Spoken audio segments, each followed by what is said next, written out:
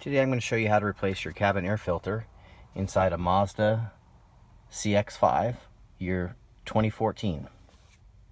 So the cabin filter is actually located inside behind the glove box.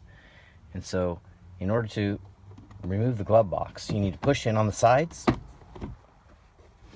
and that will allow the glove box to drop down. And then if we look in closely here, we can see there's a little slot, and this is where the air filter is located. I'm going to pull this out, and I'm going to insert the new one. So if I insert it incorrectly,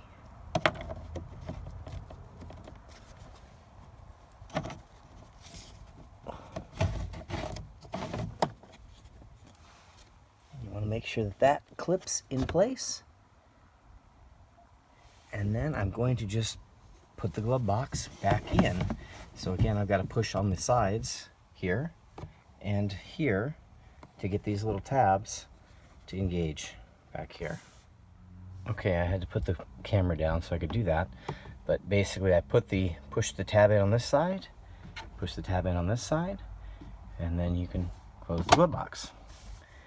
And that is how you replace a cabin air filter.